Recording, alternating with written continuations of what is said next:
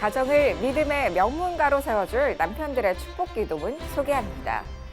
차별금지 법안과 관련된 가짜뉴스 논란이 혼란을 가중시키고 있는 가운데 진평연이 팩트체크에 나섰습니다. 코로나19로 인한 교회 방역 강화 조치가 24일로 해제됩니다. 여러 반응들이 이어지고 있습니다. 기독 문화 예술인들의 인생 말씀을 함께 들어봅니다. 와이즈 앤 와이드 정선일이 간답니다.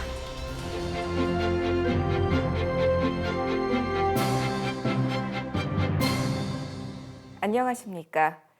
매 요일마다 섹션을 통해 더 깊이 있는 글로컬 선교교육 뉴스 전해드리고 있는 CGN 투데이입니다. 목요일인 오늘은 문화입니다.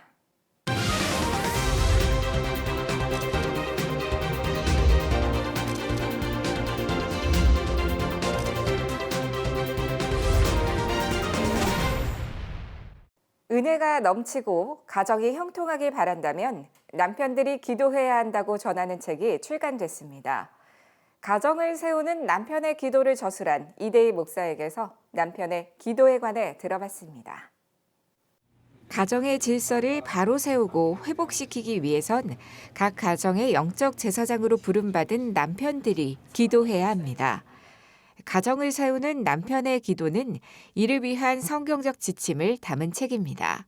남편의 기도가 많이 부족했고 또 책들도 별로 이렇게 없는 것 같아요. 그래서 이런 걸 좀 다시 한번 일깨워주는 아마 그런 의미가 필요하다 이렇게 생각이 돼서 쓰게 됐습니다. 남편의 역할 또 아버지의 역할을 또 정체성을 확립하는 의미에서 좀 성경적인 지침을 좀 미리 제시했고요. 실제적으로 할 수 있는 기도문들을 제시했습니다.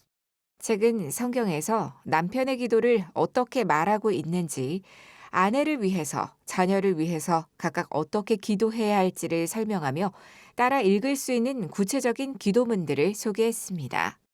기도문은 골방에 시간을 내어서 들어가기 힘든 남편들의 근무 환경을 고려해 하나님과 친구처럼 대화하면서 일상 기도의 선례를 보인 아브라함을 본보기로 삼았습니다. 남편들은 현실적으로 공간적으로 막 다녀야 되잖아. 일하러 다니고 이렇게 되는데 집에 그냥 머물 수가 없잖아요. 그런 의미에서 기도가 잘 안 되는 것 같아요. 그런데 이 아브라함 기도는 일상 속에서 어디서든지 하나님과 대화할 수 있는 어떤 그런 기도의 모습은 아마 남편들이 아마 충분히 기도할 수 있는 하나의 샘플이 되죠. 저자는 기도에도 능력이 있지만 기도하는 모습을 보여주기만 해도 능력이 될 수 있다고 전합니다.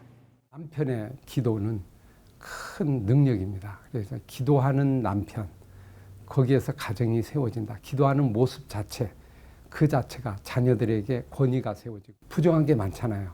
남편의 흠도 많고 아빠라고 해서 완벽하지가 않잖아요.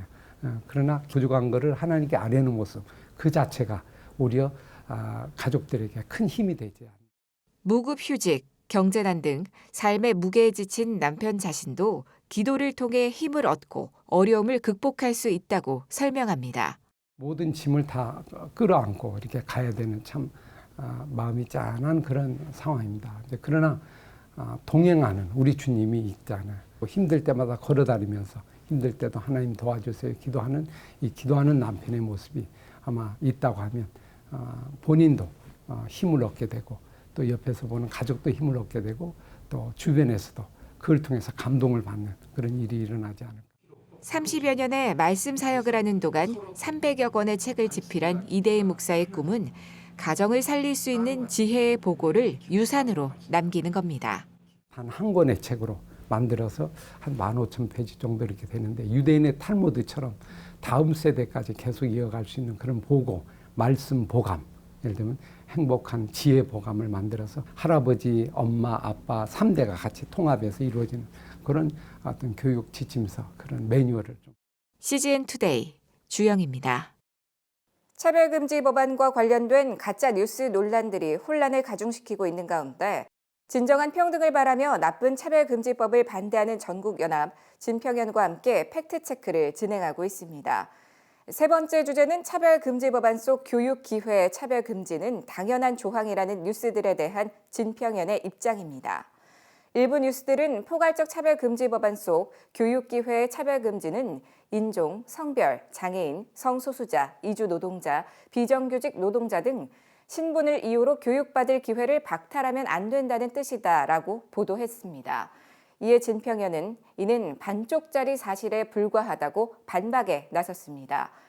진평연은 동성애자와 트랜스젠더도 동등한 교육의 기회를 가져야 하는 건 맞지만 이는 이미 현행법에 따라 보장이 되고 있는 내용이다라며 그러나 차별금지법이 새롭게 금지하는 건 신학대학원이 동성애자와 트랜스젠더의 입학을 불허하지 못하게 하는 것이고 결국 교리에 반하는 동성애자와 트랜스젠더도 목사와 성직자가 되게끔 강제하는 것이다 라고 말했습니다.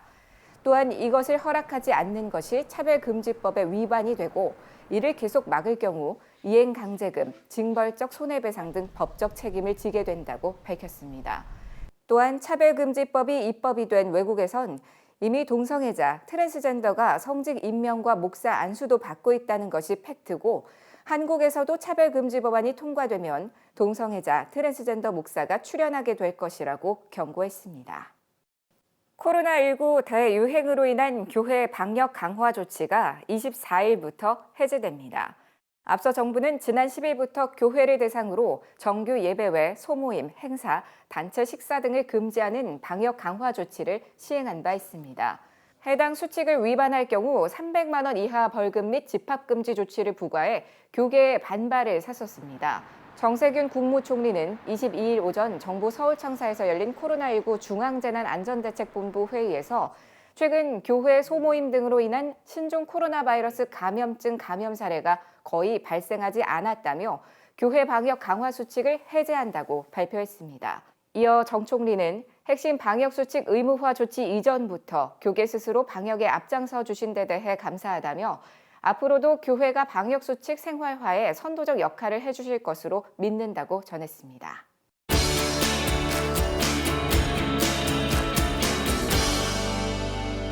안녕하세요. 정선일이 간다. 오늘은 어떤 분을 만나게 될까요?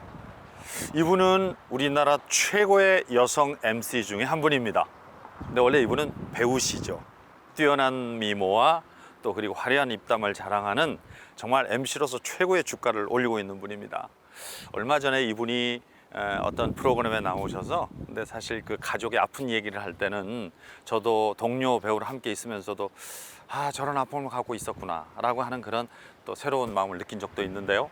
열심히 하나님의 일을 이 방송 연예계 현장에서 하고 있는 정말 훌륭한 하나님의 딸이 있습니다. 함께 가보실까요?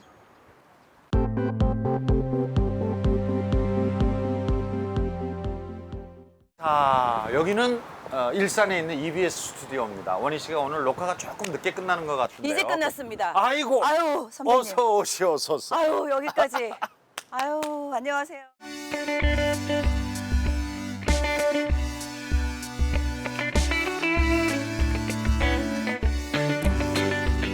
여전히 바쁜 삶을 이어오고 계시지만 요즘 들어서 또 새 프로그램도 맡은 것도 알고 있고 네네. 그런데 최근에 근황을 좀 말씀해 주시죠. 저는 늘 그냥 뭐 아내로서, 뭐 성도로서, 성도로서. 성도로 그냥 삶이 그냥 비슷비슷한 것 같아요. 그게 또 감사하기도 하고, 그렇죠. 예. 하여튼 뭔가 또 도전을 해보고 싶은 나이이기도 하고, 그렇습니다. 예, 예. 그렇습니다. 네. 직업인으로서의 김원이라고 하는 네. 또 가족에서의 또 김원이라는 또 어떤 이런 그 역할들을 수행하는 입장에서는 어떤 생각이 드세요? 특히 크리스천으로서 그런 일들을 수행해 나갈 때. 제가 초등학교 때부터 이제 어렸을 때부터였죠. 예, 교회를 다녔죠. 열심히. 예, 근데 12년 전쯤 제가 이제 진짜 인격적으로 예수님을 딱 만나고 제 삶이 이렇게 딱 360도 돌면 제자리죠. 180도. 간략하게 그 계기를 소개를 해 주신다면. 저는 교회를 저희 이제 가족끼리 다니던 교회 이제 뭐 사정이 있어서 저희가 이제 새로운 교회를 자매들끼리 좀 이렇게 가야 되는 상황이어가지고 저희 언니가 이렇게 조금 저희 집 근처로 이렇게 교회를 한 주 한 주 다녀보더니 저한테 이제 언니야 일로 와 해가지고 저는 큐를 받고 저희 자매들이 이제 그 교회에 이제 위에 이제 언니가 모여 하니까 글로 이제. 예배 시간에 딱 갔는데 찬양을 이렇게 그 교회에서 그냥 찬양하잖아요 예배 그럼요. 전에 잠깐 뭐 15분 10분 그때부터 알 수 없는 이렇게 눈물이 닦아도 안 되는 그거 있잖아요. 비 오는데 와이퍼 해도 소용없듯이 그때 어머 너무 창피해가지고 어머 왜 이러냐 이러면서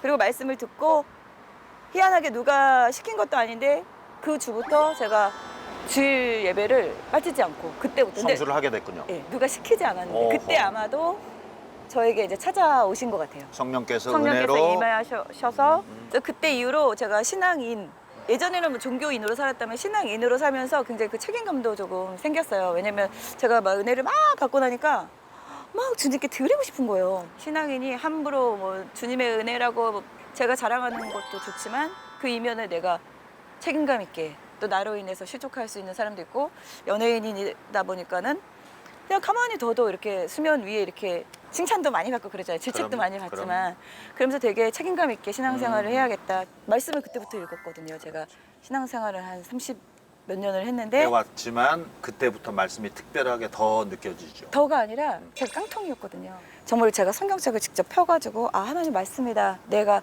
나에게 이 말씀이 막 지혜가 되고 능력이 되고 막 그 말씀으로 담대함이 생기고 그런 거는 그때 처음 성경책을 제가 읽었던 것 같아요. 하나님 주신 이 달란트로 뭐 사역 그러면 좀 어렵게 생각하는데 네네. 이런 하나님의 일, 복음을 전하는 일을 하는 일을 어떻게 해야 되겠다. 아니면 나 같은 경우는 내가 이렇게 지금 감당하고 있습니다. 이런 게 있으실까요? 교회 제가 주일날 교회를 가면 교회 앞에 이제 동네 분들이 막 뭐 사진 찍어주세요 그러면 그렇죠. 교회 다니세요? 뭐 이제 저는 또 저 나름대로 그런 특화된 그게 있잖아요. 그래서 교회 안 다니는데 막 여기 우리 교회입니다. 이러면서 막 뭐 거룩하게 뭐 이렇게는 못해 제 아니고. 성격상. 다음 주에 만나실래요? 그럼 또 오겠다고 하더라고요. 그러니까 하나님이 그 전도의 기쁨을 알려주신 거예요. 지금은 전도하기가 사실은 어려워요. 근데 어렵죠. 그때는 뭐 말만 붙이면 그렇죠. 그냥 다 교회를 오신다 그러고 다음 주에 와보면 진짜로 거기 나와 계시는 분들이 정말 많았어요. 그래서 제가 성경책 사가지고 드리고 그래서 교회에 이제 정착 잘 하게 하고 이제 아이들 심장 수술 시켜주는 그런 걸 했었어요. IT에 있는 아이들을 한국에 데리고 와서 이제 1년에 10명씩 심장 수술 시켜주는데 그것도 저희가 이건 엄연히 보면 의료 사역이잖아요. 연예인이라는 게 중간에 매개체 역할을 유연하게 잘 할 수 있는 거더라고요. 그래서 저희가 의사 선생님도 이렇게 하고 그쪽도 이렇게 하고 복음도 전하고 이렇게 하다 보니까 무슨 복덕방처럼 되게 중요한 중간 역할을 그것도 되게 좀 저희가 중간에서 이렇게 해갖고 복음도 전하고 막 윤활유 역할을 하는 거예요. 그죠? 늘 밝고 쾌활하고 늘 명랑하고 하지만 또 그 안에 우리가 알 수 없는 부분들이 있단 말이에요. 그런 고비들 넘겨올 때마다 근데 그 상황을 아마도 우리 가정에 복음이 전해지지 않았다면 이런 표현은 좀 그렇겠지만 하루하루가 좀 지옥 같았을 것 같아요. 지옥이 어느 정도 가늠할 수 없어요. 그 정도로 긴 병에 감당할 수 없어요. 주님이 안 계시면 이 병이 남동생이 조금 뭐 거론하기는 그렇지만 이게 합병증으로 굉장히 본인도 견디기 힘들고 부모님도 견디기 이게 이제 갈수록 더 어려워지죠. 더 상황이. 어려워진 거예요. 그래가지고 지금도 이제 저희는 고통스럽진 않아요. 그냥 순간순간 힘들 때는 있지만 주님이 함께 하신다는 걸 너무 잘 알기에 그렇게 막 고통이 아니에요. 가족들 한 사람 한 사람이 각자의 은사와 달란트로 우리 남동생과 친정을 이렇게 돌보기 시작했어요. 그런 때마다 특별히 또 우리 김은희 집사님이 하나님의 말씀을 특별히 또 더 뭔가 더 가깝고 더 나에게 위로가 주는 특별한 말씀이 좀 있으셨나요? 저에게 딱 들어오는 게 선질로 생각하는 사람은 넘어질까 조심하라는 그 고린도전서 말씀이 지금도 그래요. 왜냐면 저희는 항상 수면 위에 올라와 있는 사람이고 제가 같은 크리스찬끼리 같은 봉사와 같은 뭐 일을 해도 어쩌면 이 사람이 더 많이 했는데 저는 박수를 3배, 4배 받아요. 박수를 받다 보니까 기분이 좋더라고요. 그래도 그럼요. 뭐 사회에서도 인정받는 것도 좋지만 뭐 하나님이 되게 좋아하시겠지 이 생각을 하니까 거기서 끝나야 되는데 내가 뭘 할 수 있을까? 그죠? 내가 하나님 일을 하나님 저를 한번 시켜줘 보세요. 약간 이럴 수도 있는 거잖아요. 근데 그럴 때 과정도 있었고 그래서 겸손해야 되겠다. 하나님 앞에 사람 앞에 그거 하나와 또 하나는 뭐 너희 중에 뭐 고난 당한 자가 있느냐? 고난 당한 자는 기도할 것이요. 너희 중에 또 즐거워하는 자는 찬송할지니라. 이 말씀이 물론 고난 당한 자는 기도해야 되고 평강 가운데 있는 사람은 찬송을 해야 돼요. 기쁠 때나 즐거울 때나 고난일 때는 기도 당연히 해야 되고 또 즐거워할 때는 감사하고 찬송해야 된다. 희노애락을 늘 주님과 함께 하자. 그게 가장 주님을 떠나면 안 되고 앞으로 하나님이 주신 비전 네. 또 내가 꿈꿀 수 있는 계획, 이걸로 우리가 또 마무리를 한번 해볼까요? 비전은 분명히 제게 있어요. 나그네와 고아들 그런 거에 제가 조금 여생을 다하고 싶고, 그리고 제가 영향력을 하나님 주셨을 때는 제가 그냥 제 거에 집중하느라고 그 영향력을 쓰지 못했던 것 같아요. 근데 이미 깨달았을 때는 아무래도 저희 연예인도 이렇게 그래프가 있고, 저희 뭐 인간으로서도 이렇게 그래프가 있죠. 이렇게 노세는 아니지만 그래도 있잖아요. 근데 그 영향력을 내가 주님을 한 10년만 더 빨리 만났으면 담대하게 진짜 이렇게 했을 건데 막 그런 아쉬움도 좀 있더라고요. 일단은 제 한 몸을 잘 가누지 못하지만 그래도 누구나 다 그래도, 똑같아요. 그죠? 그럼요. 누구나 그게 제 연약함을 아니까, 누구나 휘청휘청하고 사는데. 그러니까 뭐 이렇게 뭐 휘청휘청하는데 무슨 일을 할까 하지만 아니야. 하나님 또 연약한 자들을 또 그러하면서. 미련한 자들을 또 사용하시니까 제가 뭐 하나님 그냥 뭐 있는 그대로 생긴 대로 그냥 사용해 주신다면 네. 감사하게 믿고 이제 뭐 하겠습니다. 하나님만 그럼. 믿고 우리가 나가는 거 우리가 못하는 거잖아요, 그죠? 네네네. 예. 많이 사랑받고 또 많이 또 지금까지 활동을 많이 하는 우리 원희 씨지만 기도 제목이 있다는 거 아시죠? 동생 위해서 기도해 주시고 네네. 또 앞으로 계획하고 준비하는 모든 일들이 하나님 앞에 아름답게 드려질 수 있도록 함께 기도해 주십시오. 오늘 네. 정말 감사합니다. 샬롬. 샬롬. 오늘의 단신입니다. 동성애자들의 축제인 서울 퀴어 문화축제가 9월 중순부터 개최될 것으로 알려져 이를 반대하는 청와대 국민청원이 이틀 만에 9만여 명을 돌파했습니다. 청원인은 코로나19 사태로 공식 모임을 취소하고 정부도 최소화하는 시점에 퀴어 축제 조직위는 어떠한 이유로 축제를 강행하는 것인지 이해가 되지 않는다며 퀴어 축제 개최는 이기적인 과시욕이라고 주장했습니다. 비전 스테이션 미니스트리가 오는 8월 17일부터 21일까지 2박 3일씩 2회에 걸쳐 온라인 컨퍼런스를 개최합니다. 이번 행사엔 김용의 선교사, 박한수 목사 외 7명이 강사로 나섭니다.